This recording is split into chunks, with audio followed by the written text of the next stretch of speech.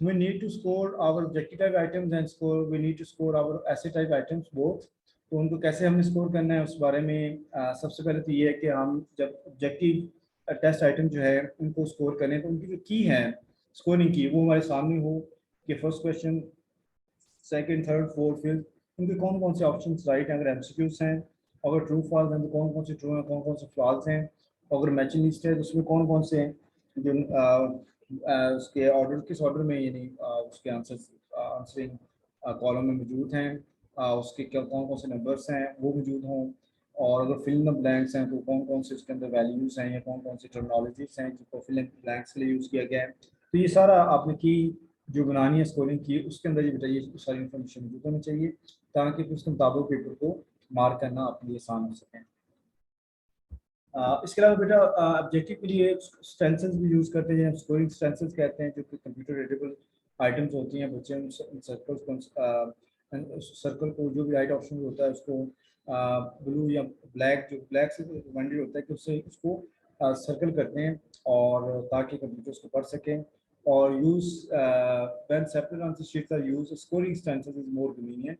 तो अगर आप इसको यूज़ करेंगे जाए इसके कि पेपर बच्चे अटैम्प्ट करें तो उसका फ़ायदा ये होता है कि वो पेपर बेटा दोबारा यूज़ हो जाता है, यानी अगले साल अगर दोबारा आप टेस्ट ले रहे हैं तो अगर आपने स्कोरिंग स्टेंसिल्स बनानी है तो अगले साल बेटा उस पेपर पे कोई किसी किस्म का निशान ना लगे, बच्चों से हिदायत दें और वो स्कोरिंग स्टेंसिल्स को यूज़ करें, उससे आपका एक शीट खराब होगी ना कि 3-4 शीट हैं जो आपने पेपर बनाया है।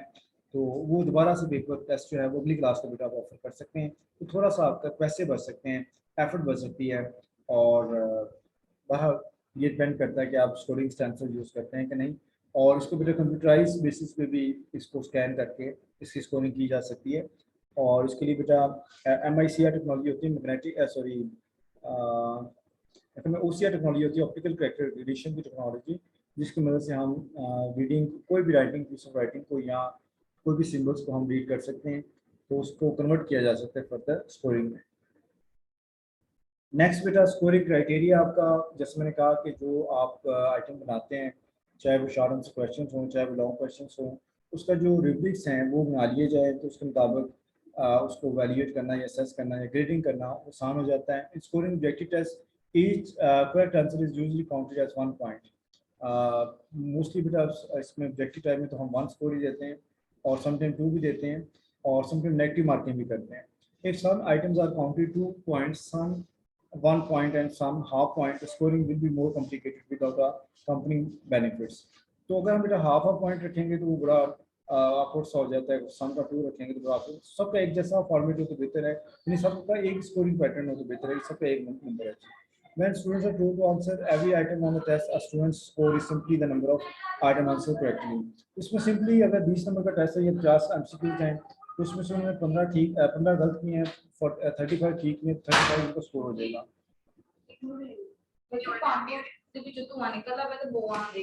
बंद कर दो।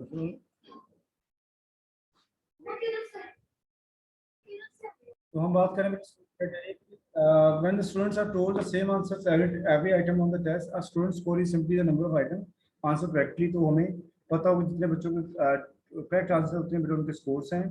और इसके अलावा हमने बेटा डिफिकल्टी जो इंडेक्स आइटम थी वो निकालनी है। उसमें ये होता है कि difficulty of test item is indicated by the percentage of students who get the item right. We can compute item difficulty by means of following formula.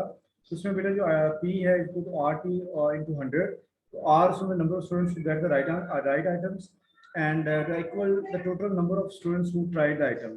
तो अगर बेटा एक आइटम है उसमें नंबर 1 जो आइटम आपको टेस्ट करना उसका उसमें आउट ऑफ 50 जो है वो जो स्टूडेंट्स हैं उनमें 40 स्टूडेंट्स उसको सही यानी 50 यानी आपका जो फर्स्ट आइटम है उसमें अगर आपके स्टूडेंट्स हैं 40 की तादाद है और उसमें से 30 ने सही करेक्ट किया और 10 ने गलत करेक्ट किया, तो हम उसको डिवाइड करेंगे number of got the item right in 30/40, तो उसका बेटा ये निकल आएगा आइटम और उसको 100 से मल्टीप्लाई कर देंगे तो उसका आइटम डिफिकल्टी इंडेक्स निकल आएगा और इससे हमें अंदाज़ा होगा कि ये आइटम कितना मुश्किल है या कितना आसान है। ठीक है। इसके अलावा बेटा जो स्कोरिंग ऑफ ऐसे टाइप क्वेश्चंस हैं उसके लिए according to any ground the chief weakness of ऐसे test is the difficulty of scoring. तो इसमें बेटा सबसे बड़ा मसला स्कोरिंग का है, चूँकि इसमें अगर प्रॉपर हम स्कोरिंग क्राइटेरिया मेंशन नहीं करते या उसमें रुब्रिक्स नहीं बनाते तो हमेशा हम प्रॉब्लम में रहते हैं. द ऑब्जेक्टिव ऑफ स्कोरिंग ऐसे question may be improve by the following few rules developed by the text experts. तो इसमें कुछ रूल्स हैं बेटा कि the scoring key should include the major points of acceptable answers, the features of answer to be valuated and the weight associated to each.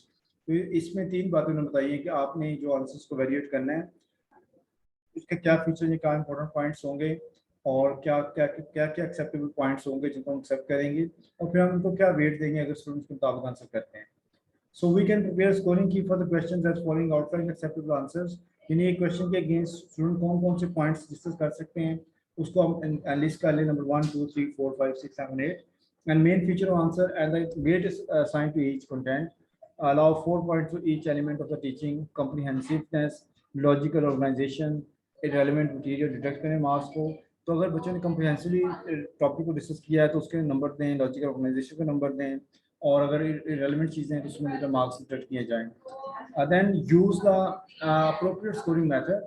तो इसमें बेटा ये स्कोरिंग मेथड्स हैं जिसको हम यूज़ कर सकते हैं. There are 2 scoring methods commonly used by the classroom teachers, the point method and the rating method. तो पॉइंट मेथड क्या है कि teacher compares each answer with the acceptable answer and assigns the given number of points in terms of how will each answer approximates the acceptable answer and is suitable for the strict response questions. तो इसमें बेटा हम mostly number देते हैं, score देते हैं कि भाई आपका जो जैसे हम मोस्टली पेपर मार्क करते हैं तो अगर 10 नंबर का क्वेश्चन उसमें 8 7 6 पॉइंट्स दे देते हैं तो ये हम मोस्टली यूज़ करते हैं. अगर 20 का है तो उसमें 15 16 18 हम दे देते हैं. तो ये मोस्ट एक्सेप्टेबल है और मोस्ट कॉमनली यूज है. दूसरा बेटा रेटिंग मेथड है. इसमें आपका एक रेटिंग स्केल है जिसमें आप देखते हैं कि हर क्वेश्चन जो है उसमें बच्चों का जो रिस्पॉन्स है यहाँ तो वो एक्सीलेंट 10 है, एक्सीलेंट है, गुड है और एवरेज है, वीक है.